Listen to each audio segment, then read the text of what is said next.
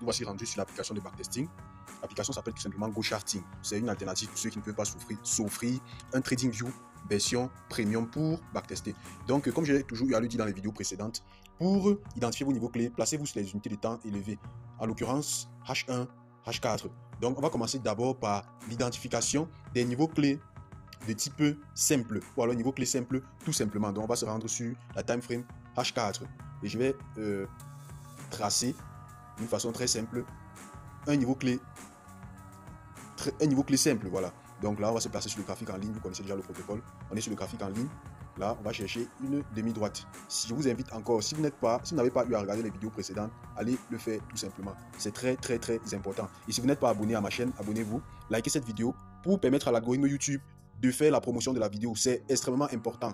Peu importe votre niveau en trading, vous devez connaître comment représenter vos niveaux clés. Voilà, donc là, on représente notre niveau clé. On a donc représenté le niveau clé.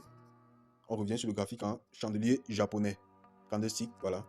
Voilà, c'est pas bien représenté. Juste en bas comme ceci. Et là, c'est bon. Vous voyez, la réaction du prix est instantanée. Vous avez vu? La réaction du prix est instantanée sur notre niveau clé.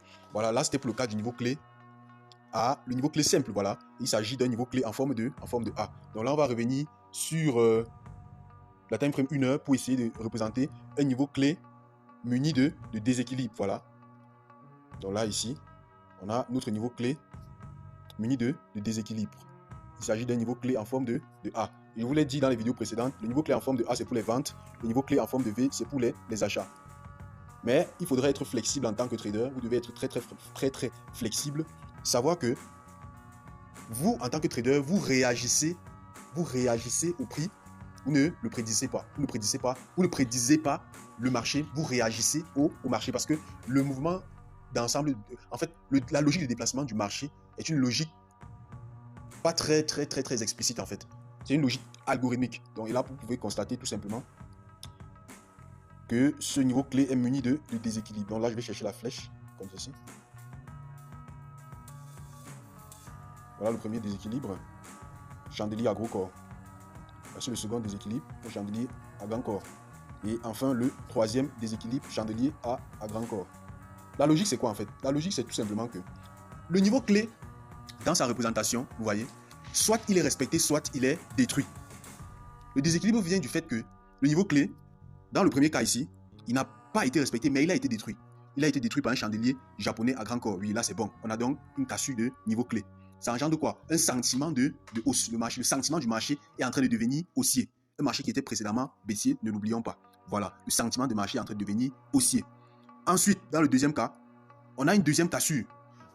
Figurez-vous que précédemment, le sentiment devenait haussier, mais cette fois-ci, on a encore une cassure du même niveau clé, mais cette fois-ci, dans le sens de la baisse. Vous voyez qu'il y a quelque chose quelque chose qui cloche en fait. Il y a quelque chose qui ne tient pas la route. Troisième cas, le même marché casse encore le même niveau clé, mais cette fois-ci, dans le sens initial, c'est-à-dire dans le sens qui respecte le sentiment de marché. Donc là, on a 3 déséquilibres de marché valides. Là, on parle de quoi? Niveau clé en forme de A, muni de 3 déséquilibres, ou alors à 3 déséquilibres. Voilà. Et là, on peut tout simplement dire on a affaire à un breaker block 3 imbalance en forme de A. Regardez ce qui suit et ce qui s'est passé aujourd'hui lors de la session de New York. La réaction du marché est instantanée. Vous voyez, elle est instantanée. Quand le marché pique dessus, bon là, on va essayer d'améliorer la construction de notre niveau clé. On va améliorer la construction. Figurez-vous que vous devez prendre juste la pointe là. Quand vous avez pris la pointe, vous êtes carré et vous revenez en chandelier japonais. La réaction est instantanée. Donc, si vous aviez la technique, vous aurez pu saisir cette opportunité aujourd'hui. Donc, je vais prendre juste le long position comme ceci, le positionner à ce niveau et t'arrêter par exemple ce plus haut précédent ici, comme ça. Voilà. La réaction est instantanée. Et figurez-vous que pour placer votre stop, vous n'avez pas besoin d'exagérer quoi. Vous le placez juste en dessous de la mèche là, la mèche qui a émané du niveau clé. Vous voyez, ou même juste ici en dessous, ou même vous pouvez aller jusqu'ici. Mais ici, sachez qu'on est là. La logique c'est de maximiser le risk to reward. Donc là, vous pouvez placer juste en dessous de cette mèche-ci. Bon, là, je ne vais pas en dire plus. Si vous voulez en apprendre plus sur les meilleures méthodes de trading, les méthodes de trading les plus efficaces, vous pouvez vous abonner à cette chaîne. Je ne force personne. Vous pouvez aussi me suivre sur Facebook et Instagram, c'est Gold Digger partout. Merci d'avoir regardé la vidéo. À plus pour beaucoup plus d'astuces. Ça, c'était juste un cas. Il y en a plusieurs cas. Là, on est dans le cas d'un niveau clé. Niveau clé à triple déséquilibre. Voilà.